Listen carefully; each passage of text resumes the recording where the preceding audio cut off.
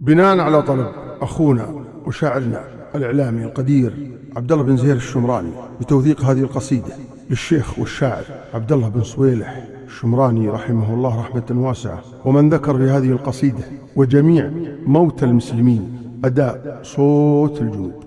يا لا لا لا يا لا يا لا لا لا يا لا لا لا يلا تغفر له وتحطهم وسط جنات النعيم.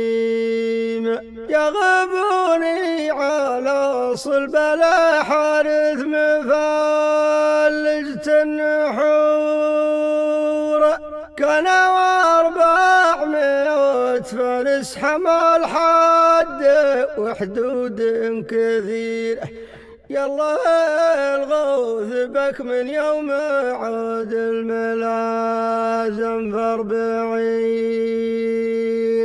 ابن محمود ذا شال البنادق يا موي الصف مايل، والله ما نمدح المطلق وحتى نميز في النعوش. وابن منصور تبكي السواري وسوعد الرايدين، وابن مناع وعد ما تطيق وقوت عظيمة، وابن جماح سهل الخطر لا لو الرايدين، هو خوسم هذا ما عاد مثل سمي ولا تنيد.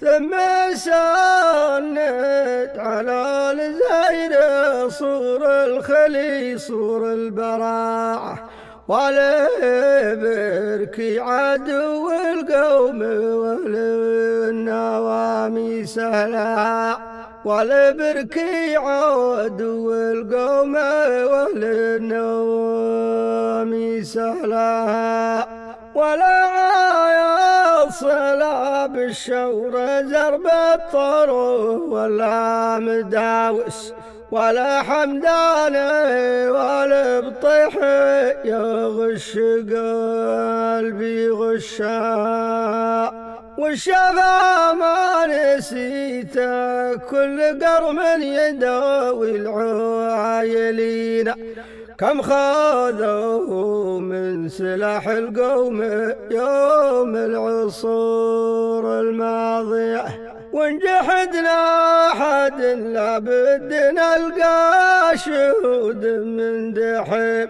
يلا تغفر لهم وتحطهم وسط جنات النعيم، يلا تغفر لهم وتحطهم وسط جنات النعيم. يا لا لا لا لا لا يا لا لا لا لا يا لا لا لا يلا تغفر لهم وتحطهم وسط جنات النعيم، يلا تغفر لهم وتحطهم وسط جنات النعيم.